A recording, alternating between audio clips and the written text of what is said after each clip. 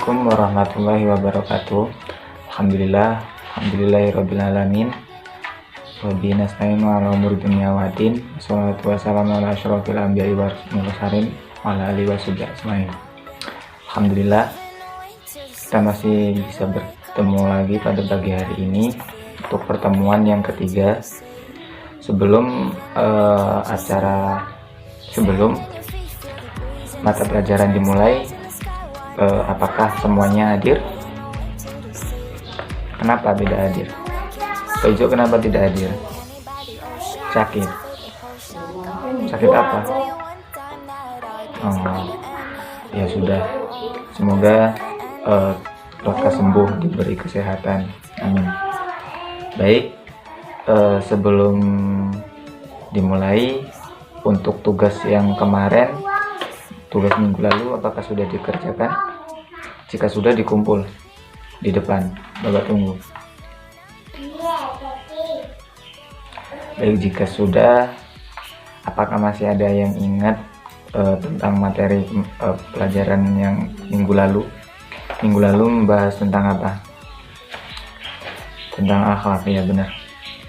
Untuk sekarang yaitu materinya tentang yang pertama, ibadah dan muamalah. Ibadah berasal dari kata ibadatan yang artinya mengabdi atau menyembah.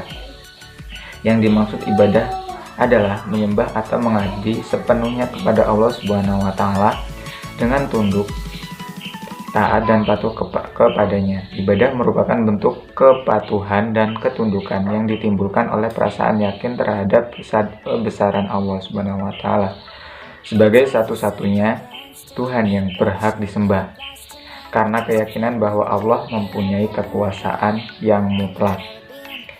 Ayat yang menjelaskan bahwa tujuan penciptaan jin dan manusia tidak lain adalah untuk beribadah kepada Allah, yaitu sebagai berikut. Bismillahirrahmanirrahim. Wa ma khalaqtul jinna wal insa illa liya'budun, yang artinya, aku tidak menciptakan jin dan manusia melainkan agar mereka beribadah kepadaku. Quran Surat Az-Zariyat ayat 56. Manusia harus menyadari bahwa dirinya ada karena diciptakan oleh Allah. Oleh sebab itu, manusia harus sadar bahwa dia membutuhkan Allah, dan kebutuhan terhadap Allah itu diwujudkan dengan bentuk beribadah kepadanya. Lalu ibadah itu dapat dibedakan menjadi dua macam, yaitu ibadah muhyah dan ghairu mahyah. Ibadah mahyah artinya adalah ibadah khusus yang tata caranya sudah ditentukan, seperti sholat, zakat, puasa, dan haji. Sedangkan ibadah ghairu mahyah artinya ibadah yang bersifat umum. Tata caranya tidak ditentukan secara khusus, yang bertujuan untuk mencari ridho Allah Subhanahu wa taala. Misalnya, seperti silaturahim, bekerja mencari rizki yang halal diniati ibadah, belajar untuk menuntut ilmu, dan sebagainya. Selain ibadah Allah Subhanahu wa taala, karena kesadaran manusia sebagai makhluk ciptaan Allah Subhanahu wa taala, manusia juga memiliki kecenderungan untuk memenuhi kebutuhan hidupnya bersama manusia lain. Maka Al-Quran tidak memberikan ajaran tentang ibadah sebagai wujud kebutuhan manusia terhadap Allah Subhanahu wa taala, tetapi juga mengatur bagaimana memenuhi kebutuhannya.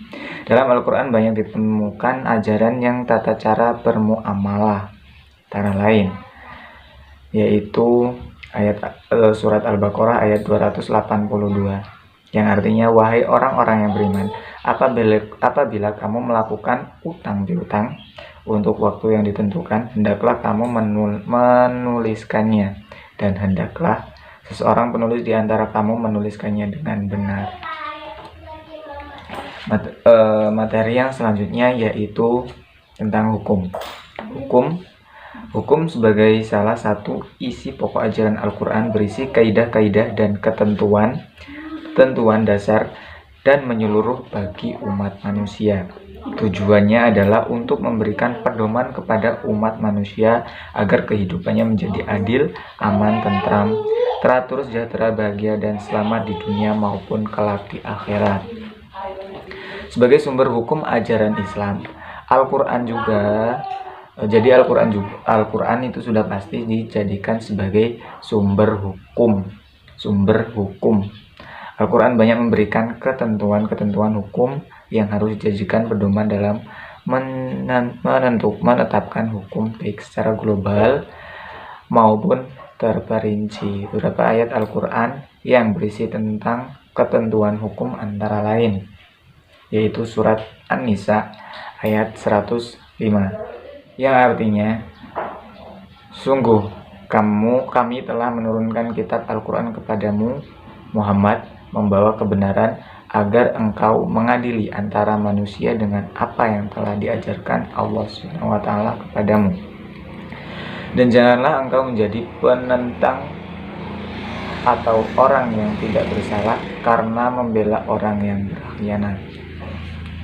Di ayat lain, yaitu yang artinya, wahai orang-orang yang beriman, sesungguhnya manusia minuman keras, berjudi, berkurban untuk berhala, dan mengundi nasib dengan anak panah adalah perbuatan keji dan termasuk perbuatan setan. Maka jauhilah perbuatan-perbuatan itu agar kamu beruntung. Quran Surat Al-Maidah ayat 90. Yang selanjutnya yaitu pokok dari kandungan Al-Quran, pokok Al-Quran, yaitu sejarah atau kisah umat masa lalu. Jadi Al-Quran itu juga memiliki kandungan tentang penjelasan tentang kehidupan pada masa lalu, seperti pada kehidupan Rasulullah,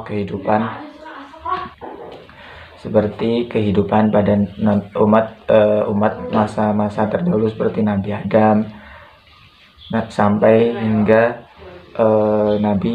umat Nabi Muhammad, bahkan sampai ke para sahabat. Al-Quran sebagai kitab suci bagi umat Islam banyak menjelaskan tentang sejarah atau kisah umat pada masa lalu. Sejarah atau kisah-kisah tersebut bukan hanya sekedar cerita atau dongeng semata, tetapi dimaksudkan untuk menjadi ibrah atau pelajaran bagi umat Islam. Ibrah tersebut kemudian dapat dijadikan menjadi petunjuk untuk dapat menjalani kehidupan agar senantiasa sesuai dengan petunjuk dan keridhaan Allah Subhanahu wa taala.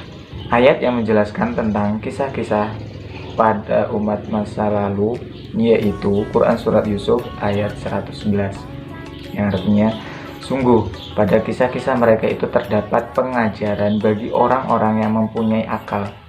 Itu bukanlah cerita yang dibuat-buat, tapi membenarkan kitab-kitab yang sebelumnya, menjelaskan segala sesuatu dan sebagai petunjuk dan rahmat bagi orang-orang yang beriman.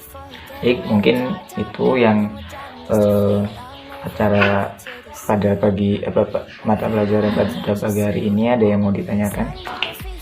Jika ada yang ditanyakan, boleh diangkat tangannya. Ya, baik. Jika tidak ada, mari kita tutup dengan lafaz hamdalah. Alhamdulillahirrabbilalamin. Baik, bye-bye. Wabillahi taufiq wal hidayah. Wassalamualaikum warahmatullahi wabarakatuh. No, our days are never end, yeah. No.